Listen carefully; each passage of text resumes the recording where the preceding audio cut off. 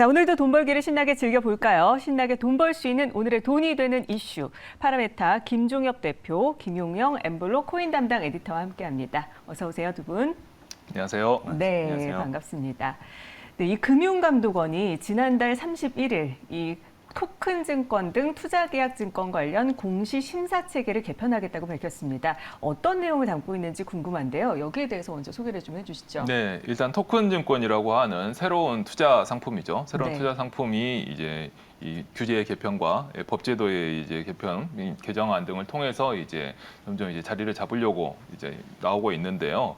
여기서 일단 이제 말씀해주신 이제 공시 심사 체계의 개편이 그의 일환입니다. 그런데 이 개편 이전에 앞서서 이 금감원에서 5개 조각 투자 사업자들을 일단 투자계약 증권으로 인정을 하는 조치를 취했어요. 네. 이 5개 조각 투자 사업자가 어떤 곳이냐면 이제 한우 펀딩을 하고 있는 뱅카우라고 하는 곳이죠. 뱅카우가 서비스이고 이제 스타키퍼라고 하는 곳이고, 그리고 미술품에서는 이제 태사, 그리고 서울 옥션 블루의 소투, 그리고 투게더 아트의 아트투게더, 그리고 열매 컴퍼니의 아트앤가이드 등 이렇게 총 4종이 있습니다. 네. 4종과 이제 말씀드린 뱅카우를 합쳐가지고 총 5개 조각 투자 사업자를 이제 투자계약 증권으로 인정을 했고요. 이렇게 인정된 투자계약 증권이 이제 첫 번째, 처음으로 이제 방금 말씀해주신 투자계약 증권 관련 공시 심사 체계의 개편의 대상이 되는 것입니다. 그래서 이 5개 조각투자 사업자가 최초로 투자계약 증권의 이제 신고서를 이제 8월 달에 제출할 전망으로 이제 전망이고요. 이 이제 신고서가 이제 말씀해주신 공시와 심사 체계 개편의 내용이 담긴 것입니다. 그래서 여기에는 이제 이 사업 혁신이라든지 이런 내용이 담긴 사업 재편 요건과 그리고 투자자 보호 체계 등이 이제 감안해서 공시와 심사 체계가 확립이 될 것이고, 그리고 이 내용들은 이 8월 중에 처음으로 제기될 투자계약 증권 신고서에 그대로 반영될 예정이고요. 이게 또 어떤 의미냐면 이제 투자계약 증권이라는 게 사실 이제 2009년에 처음으로 이제 도입됐습니다. 네. 2009년에 처음 도입이 됐습니다만 지금 거의 14년 가까이 유명무실한 제도였었는데요. 이 투자계약 증권이 도입 이래 최초로 발행되는 사례가 되는 것입니다. 네. 이 최초 발행을 통해서 드디어 이 토큰 증권, 즉 조각 투자가 투자계약 증권이라고 하는 이제 명칭 하에서 금융투자업으로 편입된다는 것으로 볼 수가 있겠습니다. 네, 2009년에 도입이 된 이래 네네. 최초로 발행이 되는 거면 거의 14년 만인데요. 이 정확히 STO 토큰 증권이 뭔지 시청자분들을 위해서 좀 쉽게 설명해 주시면 좋을 것 같은데요. 이 금융위원회에서 토큰 증권을 새로운 그릇이라고 비유를 했는데 토큰 증권이 어떤 새로운 그릇이 된다는 건지 여기에 대해서 얘기를 좀 해주시죠. 네, 말씀처럼 금융위원회에서도 이걸 쉽게 풀어서 설명하는 데 대한 고민이 많았죠. 네. 그래서 그릇과 그리고 그 안에 들어가 있는 이 내용, 이제 음식이죠. 이 음식이라는 비유를 들어서 이제 설명을 했었었는데, 일단 토큰 증권에 대해서 말씀을 드리면 토큰 증권은 이제 블록체인 기술로 디지털화된 증권을 얘기를 합니다. 이 토큰 증권이라는 게 이제 이렇게 되면서 이제 이 조치가 이제 분산 원장이라고 하는 블록체인을 기술을 이용한 이제 장부가 있어요. 네. 기록할 수 있는 장부인데 이게 바로 분산 원장인데, 이것을 증권 전자 등록 계좌부로 인정을 하는 것을 주 내용으로 하고 있습니다. 사실 이렇게 되면은 증권이라는 게 이제 우리나라에서는 그리고 뭐 전 세계적으로도 처음에 이제 실물 증권이 있었었죠. 그냥 이 계좌 이렇게 쓰는 장부를 쓰는 실물 증권이 있었었고, 그 다음에 두 번째 이제 전자 기록을 도입을 하면서 이제 예탁결제원이 그 기록 관리 기관으로 지정된 걸로 알고 있는데, 그쪽에서 관리를 하는 이제 전자증권이 이제 두 번째로 등장을 했었고, 드디어 이제 세 번째로 블록체인 기술을 이용한 분산 원장을 활용해서 디지털화된 증권이 이제 비로소 세 번째 증권 발행 형태가 되는 것이고, 말씀해주신 이제 그릇으로 보면은 세 번째 그릇이라고 할 수가 있겠습니다. 네. 이 그릇은 이제 이렇게 좀 말씀을 드릴 수 있을 것 같아요. 이제 그 요즘에 이제 콜드체인이라고 얘기를 하기도 하고 보냉 용기 이렇게 되기도 하죠. 네. 이런 여러 가지 이제 그릇이 음식이 이제 그릇과 함께 어쩌면 음식도 발전하고 있다라고 할 수가 있겠는데, 이 콜드체인 보냉 용기가 등장하면서 산지에서 나온 그 신선한 농산품들 있지 않습니까? 과일이라든지 이런 것들을 네. 이 도시에서도 정말 도시에서도 그대로 이제 운송을 해서 일단 신선한 그 상태로 먹을 수가 있게 된 거죠. 예전에 이런 그 냉장 용법이나 이 냉장 기술이 발전하기 전까지는 이게 사실 불가능했거든요. 산지에서만 먹을 수가 있었었는데, 근데 그걸 이제 이 냉장 기술을 통해서 운송을 할 수 있게 되면서 이제 모든 도시라든지 이런 곳으로 이제 이런 그 과일이나 이런 것들을 이제 팔 수 있게 되고 그에 따라서 그 과일 운송과 뭐 과일과 다른 여러 이제 그 산업이 더 발전했지 않습니까? 네. 이런 것으로 볼 수가 있을 것 같아요. 그래서 토큰 증권도 이렇게 새로운 그런 분산원장이라고 하는 새로운 그릇이 나오면서 이제 부동산, 미술품과 같은 이런 비정형적 증권을 중개인 없이도 거래 가능하게 함으로써 새로운 투자 시장을 또 만들 수 있게 됐다라고 볼 수 있겠습니다. 네, 새로운 개념인데요.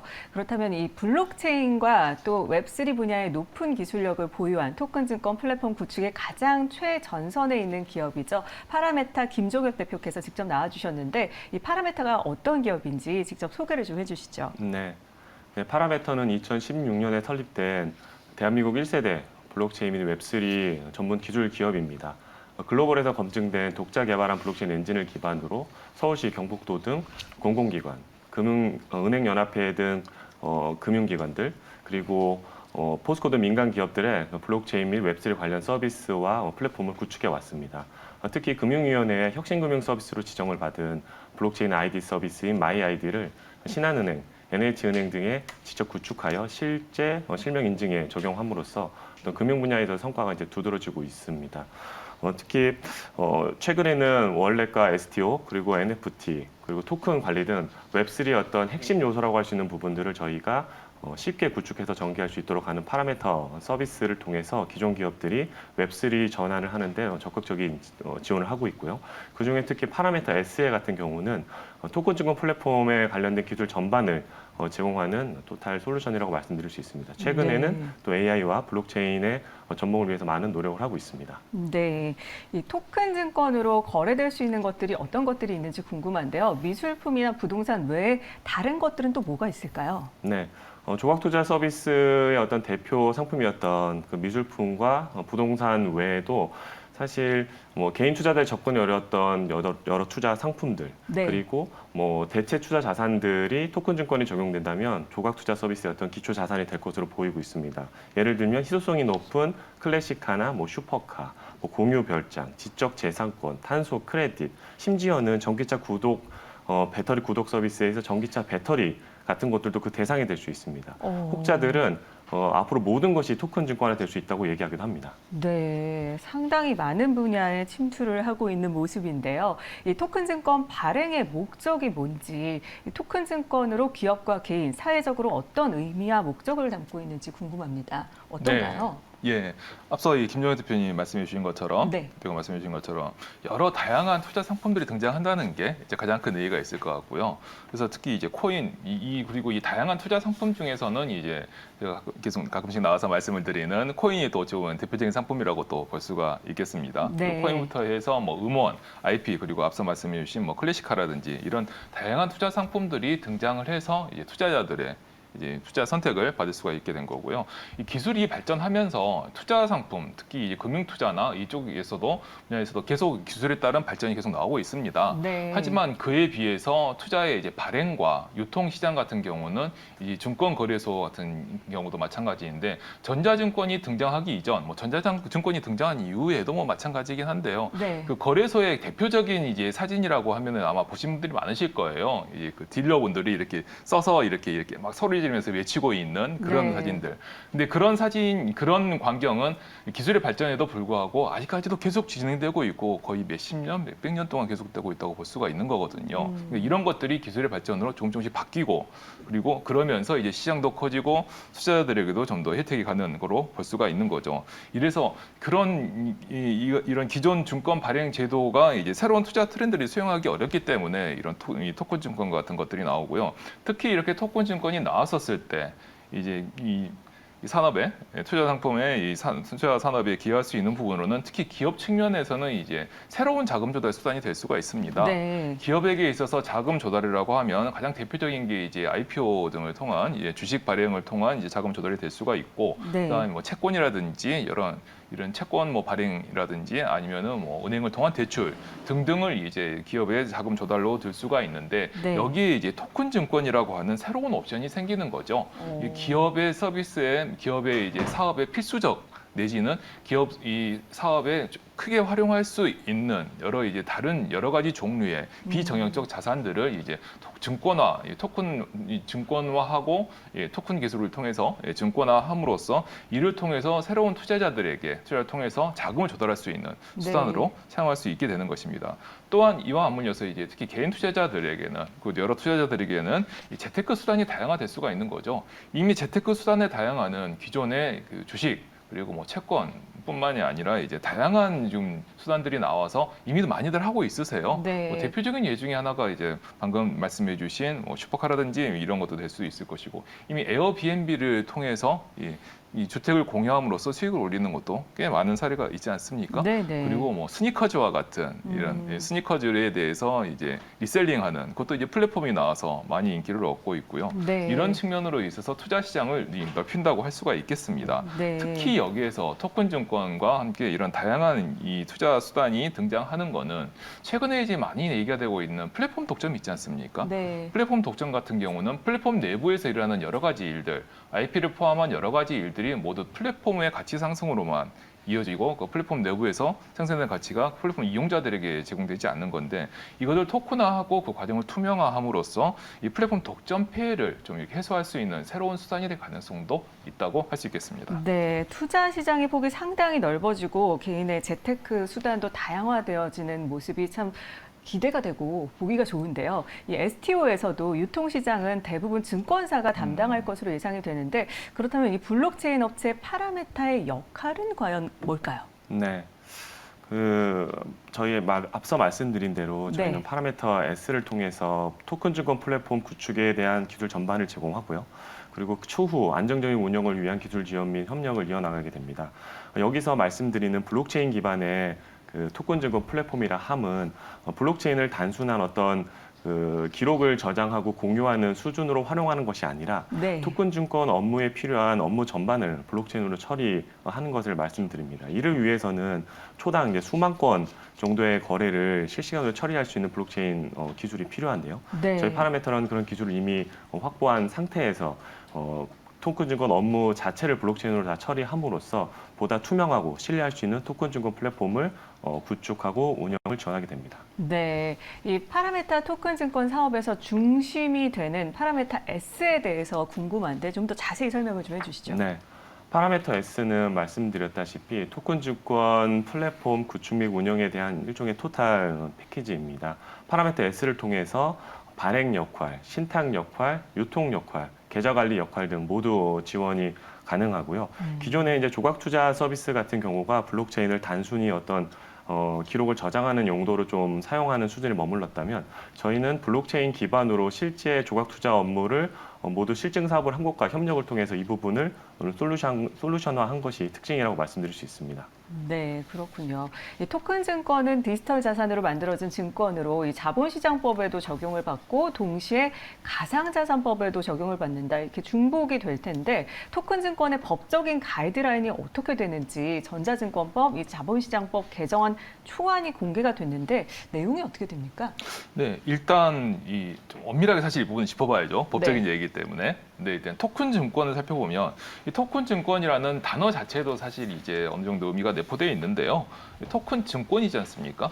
이거 아무리 토큰화됐다 하더라도 엄연히 증권이기 때문에 자본시장법의 주요 적용 대상입니다. 네. 그리고 지금 이제 계속 입법되고 있는 이 가상자산 관련법에는 사실 증권이기 때문에 증권 먼저 우선이고 가상자산과는 조금 관련이 없다고 할 수 있겠습니다. 이 부분 좀 봐야 될 것 같은데요. 특히 국내에서 나오고 있는 가상자산 관련법들은 이제 그 크립토커런시라고 하죠. 이 코인을 주로 이제 초점을 맞추고 있고 특히 이제 코인의 발행 유통보다는 현재는 이제 투자자 보호 쪽에 좀 더 초점을 맞추고 있기 때문에 아직까지 토큰 증권이 그렇게 엄밀하게 관여될 경우는 없다고 할 수 있겠습니다만 이 토큰 증권도 어찌 보면 토큰이기 때문에 토큰으로서 이렇게 토커나이제이션이라고 하죠. 토큰화된 이런 이제 가치이기 때문에 향후에는 이제 가상자산 관련법에 좀 적용 폭이 넓어진다면 이제 좀 가능성이 좀 있을 수 있긴 하겠습니다. 네. 근데 일단 여기에서 이제 말씀해 주셨던 주요 법으로는 이제 전자증권법과 자본시장법을 들 수가 있을 것 같아요. 있어요. 토큰증권에서는.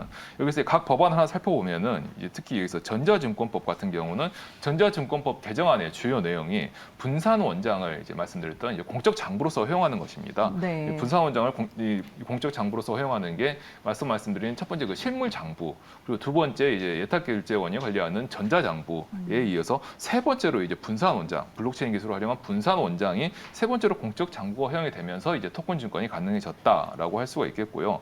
그리고 여기서는 기존에는 이제 보통 이제 주식을 발행하는 것을 살펴보면은 주식 발행을 회사가 하지만 증권사가 이제 IPO할 때 이제 가지 않습니까? 네. 이게 발행인과 계좌 관리 기간이 떨어져 있는 경우인데 블록체인 기술을 활용해서 스마트 컨트랙트를 활용하면 둘을 하나 합칠 수 있습니다.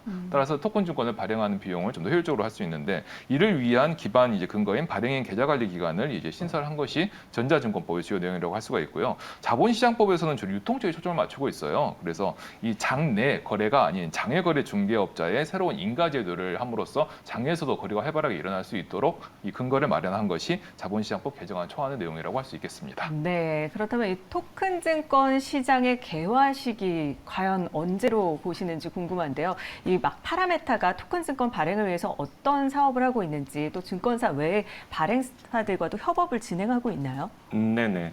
앞서 김용영 에디터님께서 말씀해 주셨다시피 사실 제도적 준비는 굉장히 차근차근히 진행되고 있는 것 같습니다. 네. 금융당국에서도 어떤 조각투자 사업자들의 어떤 제재를 면제하고 또 어떤 사업 개편을 승인한다든지 투자계약증권의 어떤 신청서 포맷들을 정리하고 그걸 신청을 받아준다든지 뒷받침이 차분히 이루어지고 있고 내년도에 관련 법 개정까지 이루어진다면 제도적 준비는 모두 끝나는 것 같습니다.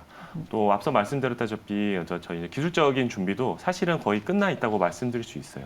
네. 그래서 저희 입장에서는 토큰 증권의 개화 시기는 이제부터 시작이다. 이제도 본격화될 것이라고 보고 있고요.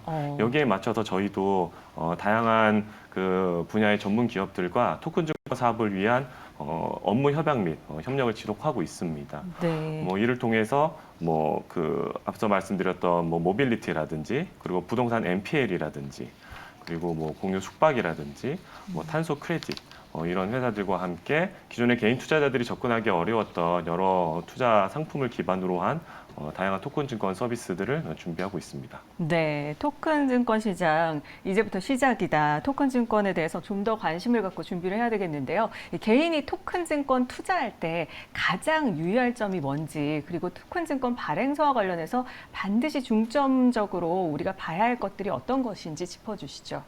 네, 앞서 말씀해 주신 것처럼 이제 금융위원회에서 토큰 증권 관련해서 이제 공시 심사 체계를 이제 개편해서 네. 했지 않습니까? 그런데 이 토큰 증권이라고 하는 것 취지 자체가 이제 사실 비정형 자산을 이제 증권화해서 토큰화함으로써 거래할 수 있게 한다는 취지입니다. 네. 그래서 비정형 자산이라는 거는 우리가 이 주식 같은 경우는 삼성전자나 아니면은 포스코나 이런 여러 이 회사들이라 하더라도 그 주식의 내용은 사실 거의 대동소이합니다. 포맷도 같고요. 그렇죠. 그렇게 정형화되어 있다고 볼 수 있죠. 네네. 하지만 이 토큰 증권은 이제 말씀드린 것처럼 비정형 자산을 하기 때문에 그 포맷이 딱 정해져 있지도 않고 그렇기 때문에 이 토큰 증권에서 증권이라면 이제 그 권리를 이제 증명을 하는 건데 이 권리가 무엇인지도 각각 다릅니다. 그렇기 때문에 이거를 이제 체계화했다라는 게 아무리 체계화했다 하더라도 그 속의 내용은 각각 좀 다를 수밖에 없기 때문에요. 이 부분을 굉장히 잘 살펴보셔야 됩니다. 그래서 이번 8월 달에 나올 그 5개 조각 투자 업체들의 증권 신고서 내용이 어떻게 될 것인지가 상당히 중요하고요. 네. 그 증권 신고서 내용에서 이제 특히 투자 위험이라든지 앞서 말씀드린 것처럼 각각 다를 것으로 예상이 되는 주요 권리들을 잘 살펴봐야 되고 특히나 비정형적 증권이기 때문에 이 가치 평가가 어떻게 됐는지 이 가치 평가가 어떤 과정을 통해서 산출이 됐는지를 잘 지켜봐야 할 것으로 보입니다. 네, 우리가 돈을 또 벌기 위해서는 토큰 증권 시장에서 수익을 위해서 지금 개인 투자자들이 준비해야 할 것 꼭 좀 짚어주시죠. 네, 일단 말씀드린 5개 조각 투자 업체들의 이제 토큰 증권이 첫 번째로 이 투자 수익 증권이죠.